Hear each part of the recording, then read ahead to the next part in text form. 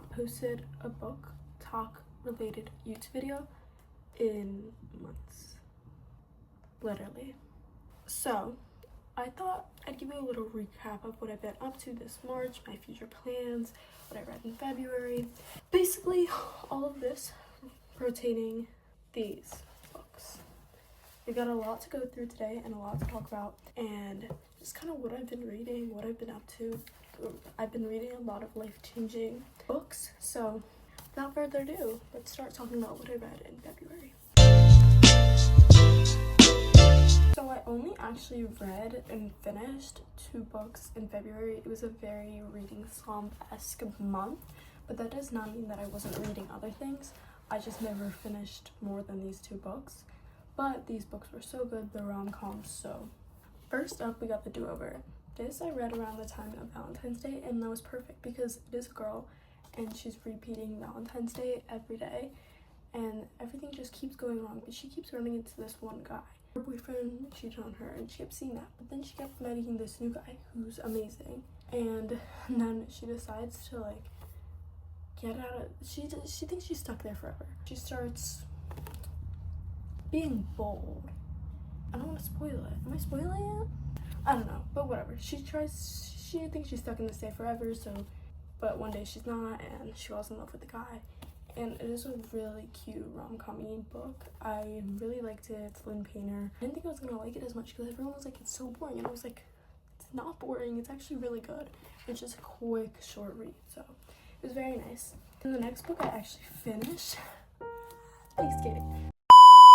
This is such a good book, and they're actually coming up with a movie adaptation that got released this week, and I'm really excited. I hope they find great actors, and I hope they do it as well. But it's Lynn Painter, of course she's gonna make it as perfect as possible. Her soundtrack better be so good.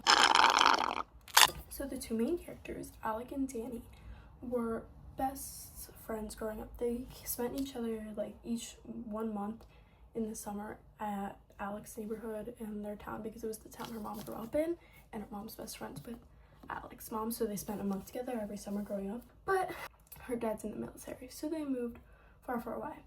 And when she comes back after her mom divorced her dad, Alec is so different. He's not the little nerdy kid. He's a hockey player and he's cool, but they both are kind of like internally mad at each other about something they both don't know the other person did. Like they're just both mad at each other, but they don't know they're both mad at each other, and they decide to fake date. I forget why they fake date, to be honest. I don't really know why, but they do, and then they end up falling in love, and it's so good. I definitely love this book so much. This one came with a little extra snippet of like one of Alec's like point of views. It is such a good book, and it's such a good romance, and you can just fly through it. It's pretty thick, but it was very enjoyable. It's another Lynn Painter. I'm also reading Watership Down for classes, but one book I really tried to get into this month, well, I guess last month, was Not Quite Dead Yet by Holly Jackson. I really like the idea of it, but to be honest, the plot for me is really slow. I didn't finish this. I'm 110 pages, probably like 120 pages in, but I keep seeing people say it's so sad and it gets better, and it's such a good book, so I definitely want to resume this. But this girl, she gets hit in the head in Halloween, and she has 7 days to live. She's gonna die, and she's gonna solve her own murder. That's kind of her goal, and that's what the book is, her solving her own murder. I haven't really gotten anywhere in the book, so maybe I'll resume that at a later time, but not in this month, maybe next month. I'm not sure, because currently I am in a kind of different type of mood of my books.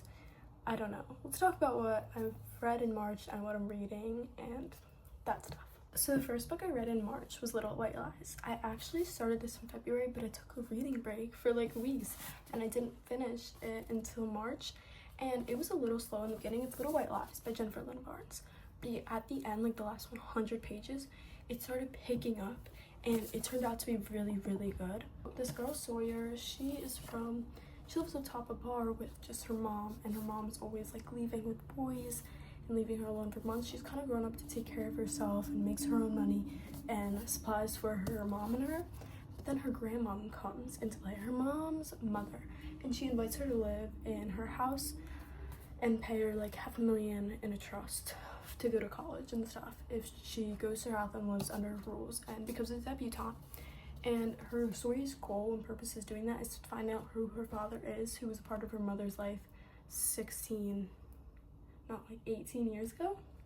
And then there's also kind of like you see flashbacks to the future of what's going on, and the first scene's like girls in jail, and you kind of learn how they get to that point, and it's really good, and it's a really good book. I'm reading the second one now, but I'll talk about that in a second after I mention the second book I finished in March so far. I read Tuesdays with Maury, and this is the most impactful I think anything's ever been in my life. Like, as you can tell, there's so many things we can't really tell, but like written, and I annotated this book and highlighted and quoted all my favorite things, because this book, everything that was said in it changes my life. So it's kind of this old man who used to be this young guy's professor, and he gets diagnosed with ALS. So he's losing his body, he's losing life, like he's gonna die.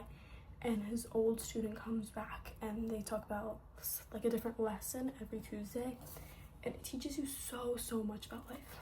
I'm not a big book crier. The only time I probably cried in a book was like maybe after finishing Harry Potter when I was in 5th grade, and when I was in middle school reading New Moon of Twilight when Bella was depressed and Edward was gone, and when Edward left her. Yeah, but this book, let's insert some pictures if I still have them. This book, I was sobbing for over an hour. I think my dad came into my room, and I think he noticed I was crying, but he didn't. I don't even think he knew what to say. Well, I think he noticed, but this book teaches you so much about life. It teaches you about really a lot about death and how to live your life to the fullest, and so many lessons that I think every person in their entire life needs to read this book. This book changed my life, the way I'm gonna live from now on, how I'm gonna spend my years, and how I'm gonna really live. And it made me think so much about death and life and what life is, and relationships, and not being angry and letting things go, and everything. If you weren't listening this whole entire time, and you're not listening now, this is the most important thing I want you to hear. Read this book. Read this book and your life will be changed. Let's talk about the book I'm reading, and then I'll talk about the books that I'm planning on reading next week and what the rest of this month holds. I'm reading Deadly Little Scandals, and this is the second book in the debutante Jennifer Lynn Barnes series, like The Little White Lies. Ignore how I look. I'm editing this and like multitasking, but I finished Deadly Little Scandals. I get the names mixed up, but that book was so good. Like 5 stars. The craziest plot twist, like whatever you're thinking is gonna happen, it's not gonna happen. It's gonna be something completely other than what you're expecting. It's insane. It's so good. It was so much better than the first one. I recommend you read that so much. It was crazy. Like, I was talking about how good it is in there. Well, it got 30 times better. The plot twist, craziest plot twist I've ever read. And I started this book yesterday. I think I'm already on like page 180, obviously. The bookmarks, I didn't put a bookmark in it. Well, I had one, but it fell out. But nonetheless, there's not one in it right now. And it is so good. It's so hooking. This one took me a little while. The first one took me a while to get into it. But this one, there's a mystery. Well, they get invited to join this. They kind of have to gain the right to join the secret society, the White Gloves. But there's a mystery.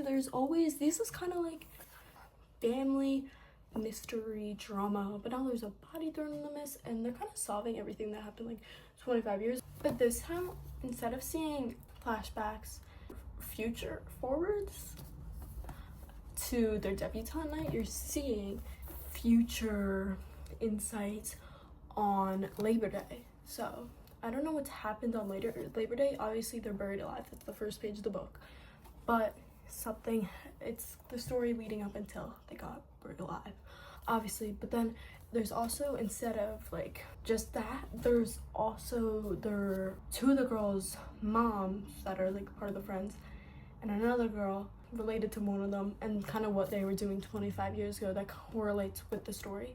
I don't know how to like really explain these books, but they are so good. and this one's really pulling my interest. Dare I say it's better than the first one already. It already is, and it's so good, and I'm gonna try to finish this tomorrow, maybe even, and I started it yesterday. Plus, I've been in school today. This is how determined I've been to read this. You're probably thinking, like, Caitlin, you haven't posted a reading video since January. You haven't posted a video in like 2 weeks, so why are you posting this?